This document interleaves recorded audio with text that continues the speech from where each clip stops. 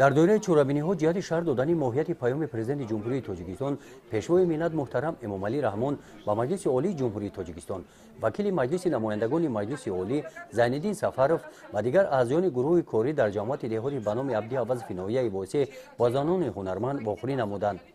маҳз ҳунарҳои мардумӣ маҳсули меҳнати дастии ҳунармандон метавонанд фарҳанги миллиро дар арсаи байналмилалӣ муаррифӣ намуда соҳаи сайёҳӣ тараққӣ дода шавад, қайд намуд Зайниддин Сафаров.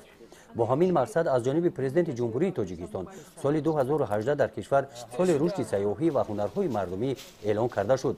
барои рушди ҳунарҳои мардумӣ ба ҳунармандон ҷудо намудани қарзҳои имтиёзнок бо мақсади ҳавасмандгардонии аҳолӣ ҷиҳати истеҳсоли молҳои ниёзи мардумӣ аз 1 январи соли 2018 фурӯши чунин молу мавод аз пардохти ҳамаи андоз озод карда шавад. ин хабарро ҳунармандон бо хушнудӣ қабул намуданд. баъди намоиши ҳунарҳои мардумӣ ва мулоқот бо ҳунармандон гурӯҳҳои тарғиботӣ дар деҳотҳои ҷамъияти деҳотӣ ба номи Абди Авазов бо сокинон вохӯрӣ гузаронинданд.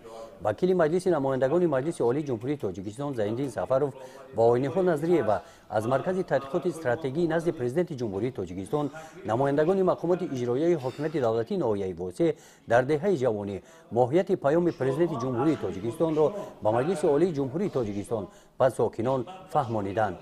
дар деҳаи ҷавонӣ сокинони деҳа оиди паҳлӯҳои ҳаёти иҷтимоӣ ба намояндагон савол дода ба саволҳои худ ҷавоб гирифтанд. гузориши Хоҷа Назриев Худойназар Зуҳуров аз ноҳияи Восеъ барои барномаи иттилооти Навид.